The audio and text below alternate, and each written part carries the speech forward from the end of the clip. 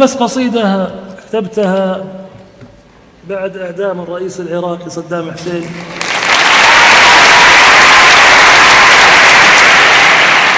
يا من ملكت ثرى العراق بلا شريك، أنا لا أحبك قدر كره قاتليك.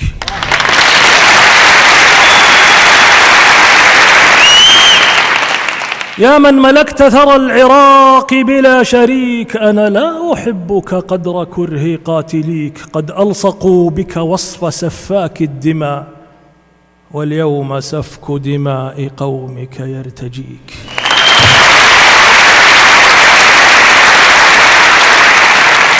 من بدل الأحوال يا حامي الحمى، هل أسقط التمثال صفوة تابعيك؟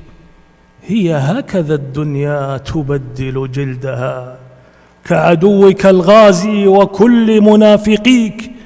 يا صاحب السلطان كيف أضعته، وعلى ما أصبحت المطارد والدريك؟ من ذا نصدق، عقلنا أم قلبنا؟ من ذا نصدق، كرهنا أم كارهيك؟ هل أوقعوك وأوثقوك بحفرة؟ هل لم تجد أحدا هناك ليفتديك؟ قد أظهروك مهلهلا ومشتتا كي لا يدور بخلدنا أن نقتفيك. قد أعدموك بيوم نحر عنوة كي يخنق التفكير بعض مماثليك.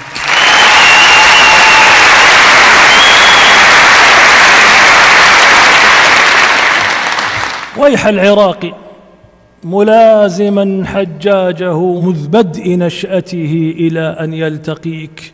هو للطغاة على مدى تاريخه شرط الغزاة طغاته. سل سابقيك لهفي عليه تقطعت أوصاله، والحقد مزقه برغبة خالعيك.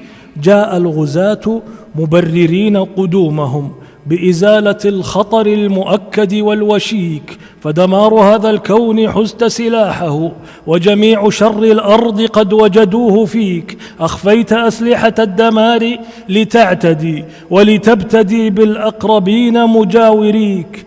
لهفي على هذا الدمار ووهمه، الآن بتنا نرتضيه ونرتضيك.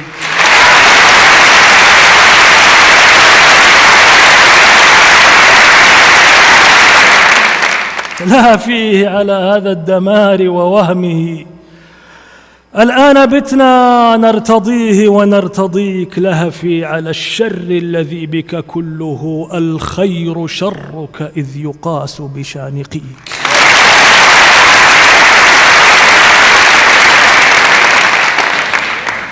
جاء الغزاة ليصنعوا نموذجا للعدل والأخلاق. كل مما يليك يا من جلبت لأمة العرب الأسى، يا من أتيت بمسقطيك ومهلكيك. هم قد رأوا فينا رؤوسا أينعت، حان القطاف لها ترقب لاحقيك.